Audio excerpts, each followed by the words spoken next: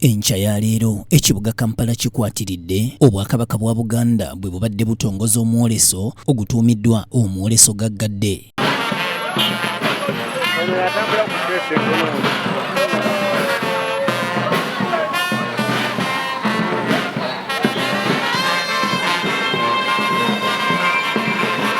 Wabaddewo okuyisa ebivulu mu nguudo omubadde n'okwolesa ebimu ku ebyo ebigenda okubeera mu lubiri ssabbiiti ejja omubadde ab'ebikonde pikipiki z'empaka abavuga engatto z'obupiira ko n'emmotoka ezaakazibwako erya Subaru kw'ossa n'abo abakubi b'ensambaggere.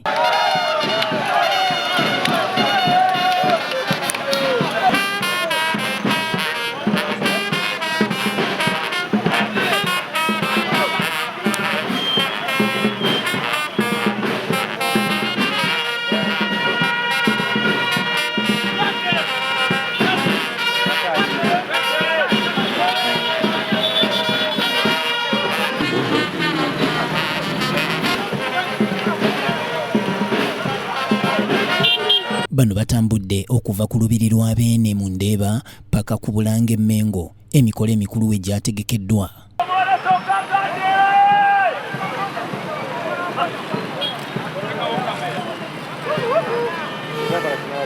Olw'okutuukana n'omukolo kwaya z'ennyimba ez'amaloboozi ziridde mu ndago abayizi b'amasomero nga bakulembeddwa mu Winterland Primary School e Kyebando bayimbye wamu n'okutontoma ennyimba ezikubiriza bannayuganda okukola.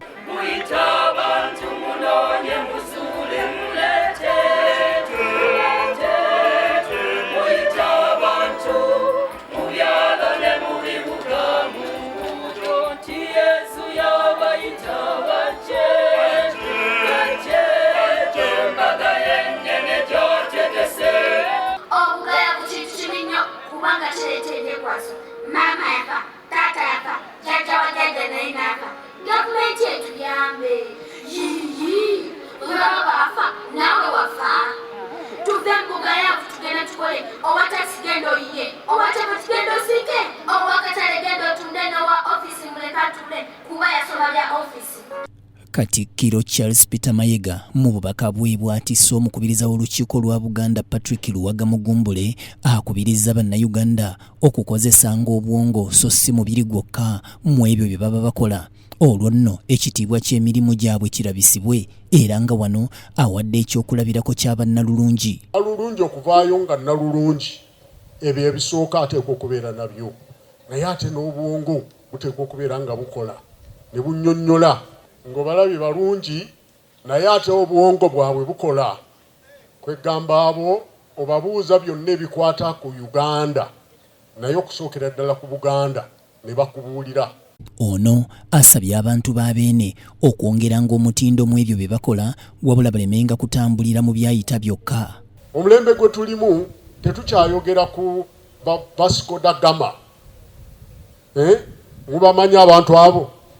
Twalinanga n'abantu ndowooza bamuyitanga Christopher Columbus abavumbula America. Oba ebyo ebiseera ndowooza byaffe simanyi oba emisolo gye kyabasomesa ebintu bino. Naye ate olina okuteekamu ekyenjawulo ekirungo osobole okwagazisa abalala. Kyoliddeko n'abalala ne bakiryako ate bwe bakiryako olwaleero asaana akyuse nti bw'anaakirya enkya kijja kufaanana mu ngeri ya njawulo. Era tulina n'olugero olugamba mu Buganda nti ensibambi edibya mutere.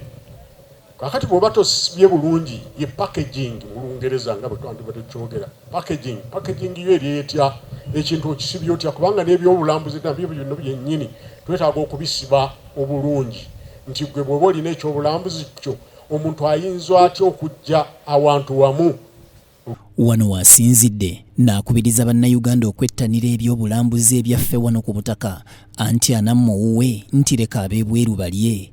Tunuulira ensi eyaffe ekkula eddulu lya Afrika byonna mu ebiri ebintu Omungereza bye yandiise nti biri natyo kwega buli kimu okifuna bw'ogenda mu kibira okulima bw'ogenda mu nnimiro bw'ogenda awali ebibala ojjayo ekibala nga kyonna kikuze nga kirina omubisi gwa wano enjuki ziva wano.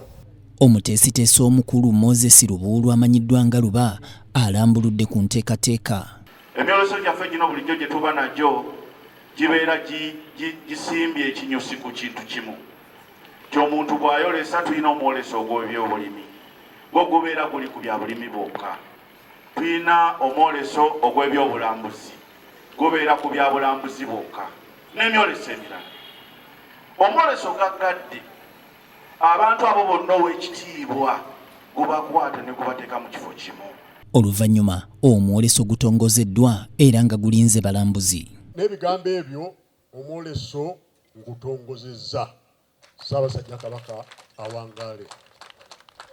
Omwoleso gwe gumu ku mikolo egikuŋŋaanya abantu b'abeene era nga muno boolesezaamu emirimu gye bakola wamu n'okunogamu ejjamba era nga gubeerayo buli mwaka nga n'omulundi guno gwakutandika ng'ennaku z'omwezi 16 Ssabbiiti ejja.